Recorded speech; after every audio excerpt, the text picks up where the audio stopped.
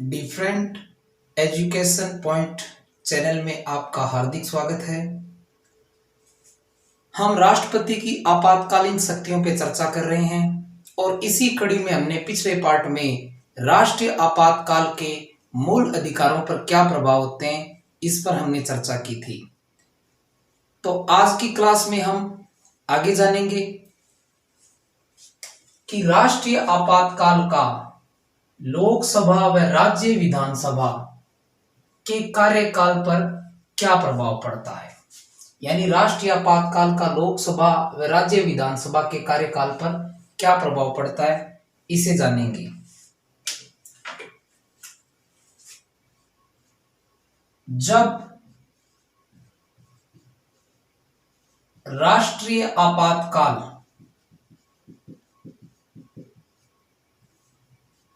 लागू हो तो संसद विधि बनाकर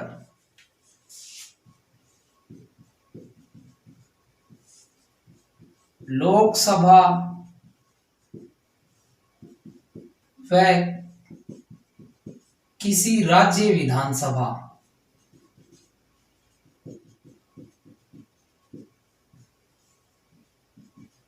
के कार्यकाल को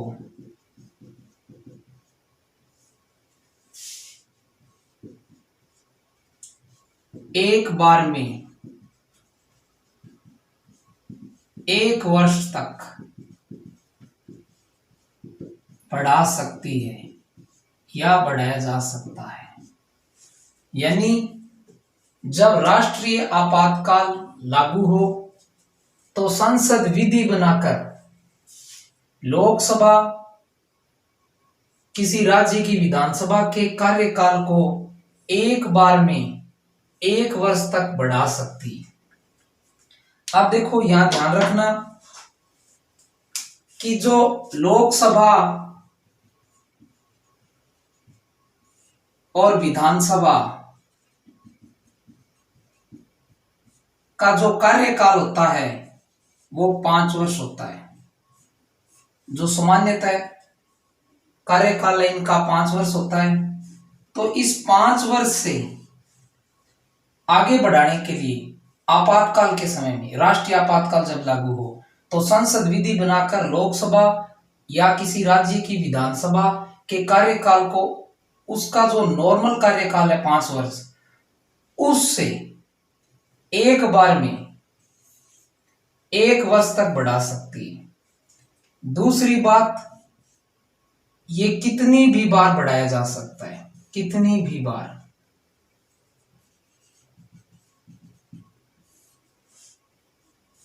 यानी लोकसभा और विधानसभा के कार्यकाल को एक बार में 1 वर्ष के लिए बढ़ाया जा सकता है, लेकिन kiतनी भी बार बढ़ाया जा सकता है। दूसरी बात यहां पे ये ध्यान रखना कि आपातकाल राष्ट्रीय आपातकाल की समाप्ति के 6 माह तक ही यह जारी रहेगा। यानी जब आपातकाल समाप्त हो जाता है तो उसके 6 माह बाद इस कार्यकाल का विस्तार नहीं हो सकता। यानी इस कार्यकाल का विस्तार आपातकाल की समाप्ति के 6 माह तक ही रहेगा। ये बात ध्यान में रखना। एक बार फिर देख लेते हैं इसे। हम क्या पढ़ रहे हैं, राष्ट्रीय आपातकाल का लोकसभा और राज्य विधानसभा के कार्यकाल पे क्या प्रभाव है। आपको पता है लोकसभा और राज्य विधानसभा दोनों ही अस्थायी सदन हैं और इनका कार्यकाल वैसे 5 साल का होता है, सामान्य कार्यकाल। लेकिन जब राष्ट्रीय आपातकाल लागू हो तो संसद विधि बनाकर लोकसभा या किसी राज्य विधानसभा के कार्यकाल को 1 बार में 1 वर्ष तक बढ़ा सकती है। और ये कितनी भी बार बढ़ाया जा सकता है। यहां ध्यान रखना, लोकसभा और विधानसभा का सामान्य कार्यकाल 5 वर्ष होता है और जब राष्ट्रीय आपातकाल की समाप्ति हो जाती है तो 6 माह तक ही यह विस्तार जारी रहेगा। इस बात को आप ध्यान में रखना। ठीक है, अब चलते हैं हम आगे।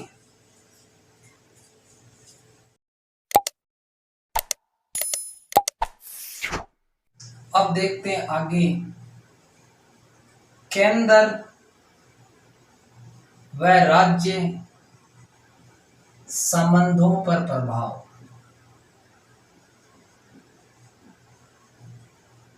राष्ट्रीय आपातकाल का केंद्र व राज्य के संबंधों पर क्या प्रभाव पड़ता है, इसे अब हम जानेंगे। तो पहली बात, राष्ट्रीय आपातकाल के समय संसद को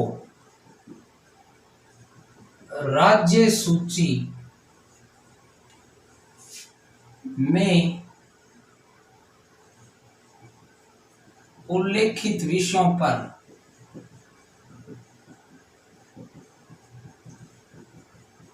कानून बनाने का अधिकार प्राप्त हो जाता है। यानी जब राष्ट्रीय आपातकाल लागू होता है, उसमें संसद को राज्य सूची में लिखे गए विषयों पर कानून बनाने का अधिकार प्राप्त हो जाता है। आपको पता है कि हमारे संविधान की 7वीं अनुसूची में केंद्र और राज्य सरकारों के बीच विधायी शक्तियों का बंटवारा किया गया है, जिसमें 3 सूचियां बनाई गई है, संघ सूची, राज्य सूची और समवर्ती सूची। जो संघ सूची है उस पर संसद कानून बनाती है और राज्य सूची है उस पर राज्य सरकार कानून बनाती है। लेकिन आपातकाल के समय संसद राज्य सूची में लिखे विषयों पर कानून बना सकती है, लेकिन राज्य विधायिका की विधायी शक्ति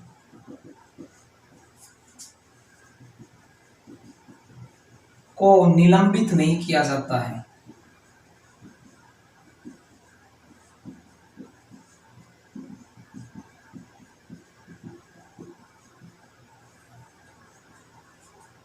और आपातकाल के समय संसद द्वारा राज्य सूची के विषयों पर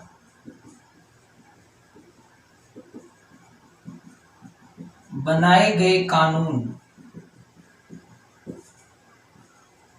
आपातकाल की समाप्ति के 6 माह तक ही प्रभावी रहते हैं।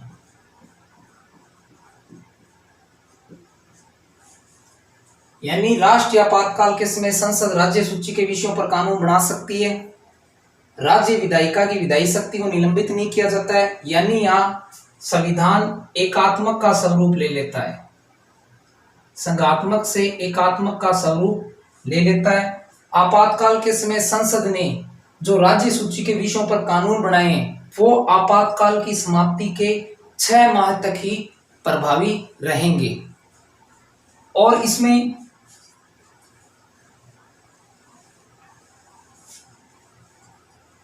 अगली बात, अगर संसद का सत्र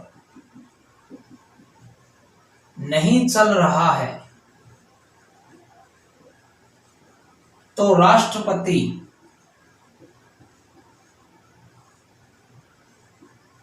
राज्य सूची के विषयों पर अध्यादेश जारी कर सकते हैं। आपको पता है कि राष्ट्रपति जब संसद के किसी भी सत्र का अधिवेशन नहीं चलता है तो अध्यादेश जारी कर सकते हैं। लेकिन यहाँ ये ध्यान रखना है कि संसद का अगर सत्र नहीं चल रहा है आपातकाल में तो राज्य सूची के विषयों पर राष्ट्रपति अध्यादेश जारी कर सकते हैं। आपको ये बात ध्यान में रखनी है। अब हम आगे देखते हैं,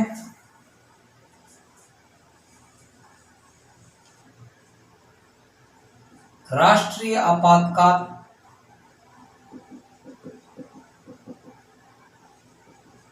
के समय केंद्र द्वारा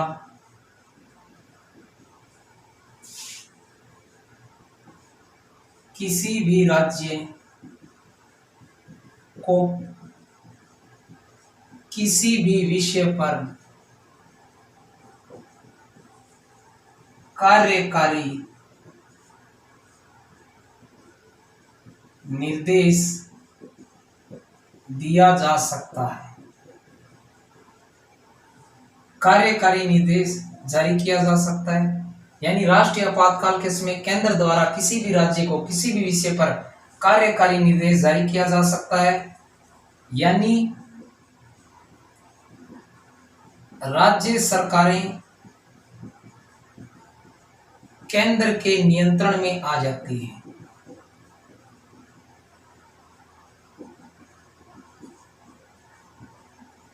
लेकिन इन्हें निलंबित नहीं किया जा सकता।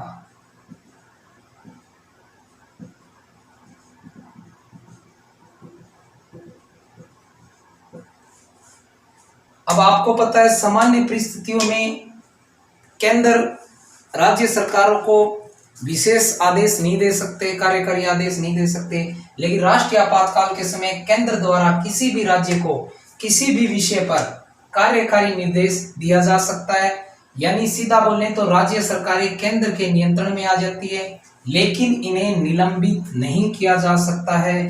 यानी आज हमने क्या चर्चा की उस पे एक बार फिर चर्चा कर लेते हैं। हमने ये देखा कि राष्ट्रीय आपातकाल के समय लोकसभा व किसी राज्य विधानसभा के कार्यकाल को संसद विधि बनाकर एक बार में 1 वर्ष के लिए बढ़ा सकती है। ये कितने भी समय के लिए बढ़ाया जा सकता है, पर एक बार में 1 वर्ष। फिर हमने देखा कि जो संसद है वो राज्य सूची में लिखे गए विषयों पर कानून बना सकती है, और संसद का अगर सत्र नहीं चल रहा है तो राष्ट्रपति राज्य सूची के विषयों पर अध्यादेश जारी कर सकते हैं। लेकिन संसद द्वारा राज्य सूची के विषयों पर बनाए गए कानून का प्रभाव आपातकाल की समाप्ति के 6 माह तक ही रहेगा। फिर हमने देखा केंद्र और राज्य संबंधों में कि राष्ट्रीय आपातकाल के समय जो केंद्र सरकार है वो किसी भी विषय पर राज्य को कार्यकारी निर्देश दे सकती है, यानी राज्य सरकारें केंद्र के नियंत्रण में आ जाती है, लेकिन इन्हें निलंबित नहीं किया जा सकता है। तो अब है प्रश्न पूछने की बारी। तो अब प्रश्न मेरा आपसे एक तो ये है कि संसद आपातकाल के समय राज्य सूची के विषयों पर कानून बनाती है या बना सकती है, यह प्रावधान संविधान के किस अनुच्छेद में है? एक बार फिर बता देता हूं कि संसद आपातकाल के समय राज्य सूची के विषयों पर कानून बना सकती है, यह प्रावधान किस अनुच्छेद में दिया हुआ है। और दूसरा प्रश्न मेरा आपसे यह है कि राष्ट्रीय आपातकाल के समय जो केंद्र सरकार और राज्य सरकार हैं, यानी केंद्र और राज्यों के बीच जो वित्तीय बंटवारा किया गया है, उस वित्तीय वितरण पर क्या प्रभाव पड़ता है? तो मुझे उम्मीद है आप अच्छे से प्रश्नों का जवाब दोगे और मुझे आपके प्रश्नों के जो उत्तर हैं उनका इंतजार रहेगा। फिर अगले पार्ट में हम इससे आगे चलेंगे। धन्यवाद।